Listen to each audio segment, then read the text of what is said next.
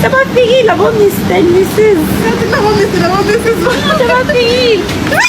Askesi. Yeah! Yeah! Hayibo! It's telephone. Mina ngithi uyagijima uyangena. Uphamlile ne? Yeah, ukuthi uyangena mina ngiyambona nakakulandela. Now scream I thought just because we said duze. No, yena they came different. No, baru kila drop amount. Oh, drop somebody.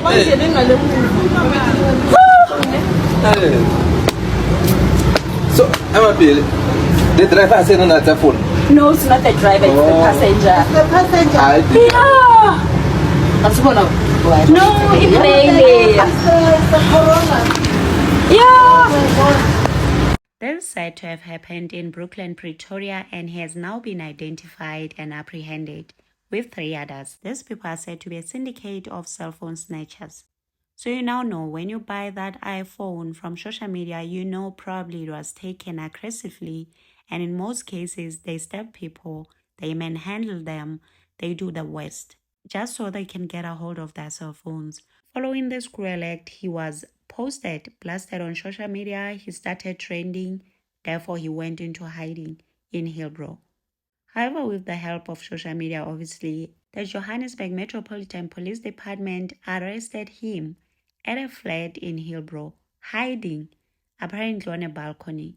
He is also suspected to be behind a string of cell phone snatching incidents across Gauteng.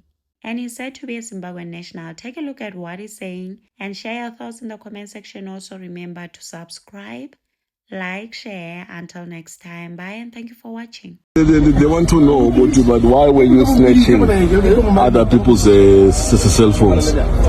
Uyenzani lonto leyo? Lento le bawuthi mina edingiphuzile yabo. So mina ngiyazama ukuthi ngihlanganise sana. Ngiyazama. Yebo time.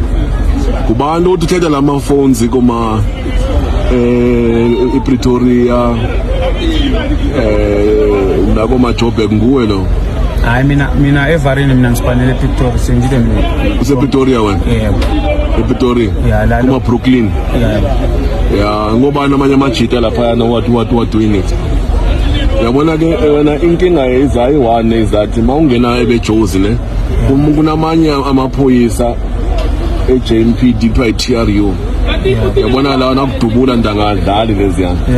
Yabona even namanje sibekufuneka ukuthi siye saphuma from lab because ubutrenda too much on TikTok. Kwathi noni ingathi kunenkinga la eseTshwane. Siyabona siyasebenzisana ke eTshwane. Ngiyayithola. Uyabona ba? Yebo cha. Yeah. So manje uzafuneka usinike bonke abanye abantu osebenzisana nabo uwathengisa kubi lamafoni. Yabona njeka kahle nje yabona. Yabona ke sesingenile ke manje ububanjiwe izolo muzi. Amaphoyisa ububanjwe kubeTshwane. Abakubambanga nje eTshwane izolo. Ayilotho. Akhange bakubamba. Oh. No, it is fine. So kakhulume naba bantu ububathathele lamafoni. Kakukhulume nabo uxolise kubo. Hayi mina vele time lami into leyo bengiyenza mara okwamanje bafethu singibuyisele emuva kakhulu. Ngakhona abantu sebengikhuzile abaningi. Ngisho kulo wonke umuntu ngamthathela into yakhe. Ngiyaxolisa. Hayi ukuthi mhlawumbe ngokudelela mara ngokuhlonipha. Andinale futhi ngiyayiquita. Uhlala kuphi wena ekhaya? Mina ngimixed Eastern Cape and Zimbabwe. Eastern Cape and Zimbabwe. Eastern Cape and Zimbabwe. Yebo. So wena usuka from koma Zimbabwe nizokwenza lento lena lapha ekhaya. Hayi ngiyayigcina thema nami. Ngiyayigcina. Anibhlungu lento niyenzani usuka from Zimbabwe nizokwenza lento lena. Hayi ngiyayigcina thema ngoba esingizeni nizawukhala ke nimanzi xenophobia. Hayi ngiyayigcina thema nami. Angiyagcina ngoba singibuyisele emuva ende ngakhona istatus sami sesimoshakele. Uzalelwe kuphi ekhaya? Uzalelwe kuphi? Mina ngizalelwe la eMzansi. eMzansi. But ekhaya ukuphi? Like mina angazi ukuthi ngathini thema ngoba ngafunda eZimbabwe ngafunda la eMzansi. You studied in Zimbabwe and then ngafunda futhi la eMzansi. and then you came back this side. Yeah. Oh. You got documents, everything. Yeah. Document akako.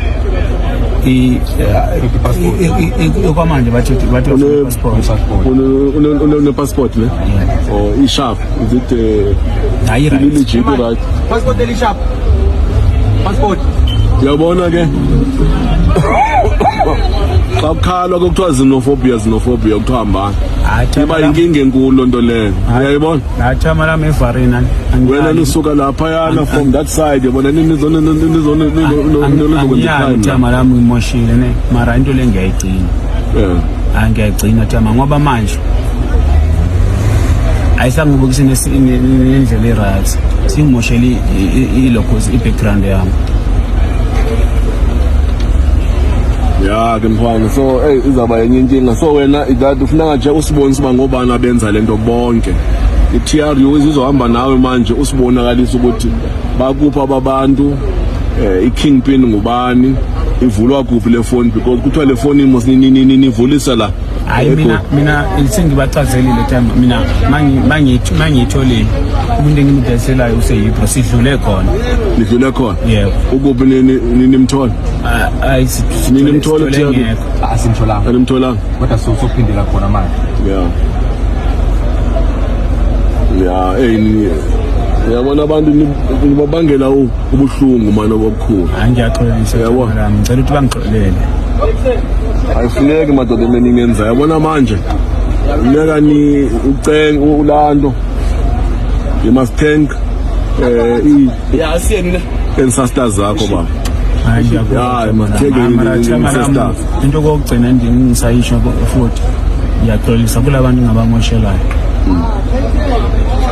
so thina amaphoyisa bazahamba na-TR izahamba nabo basifuna bonke laba bantu nokusitshele le ndawo niyenza kuyo nima kuyo enibloma kuyo sibafuna bonke laba bantu yes yeah baba nama-friends wakho owatshela ne ya ima just say thank you manje ukuthi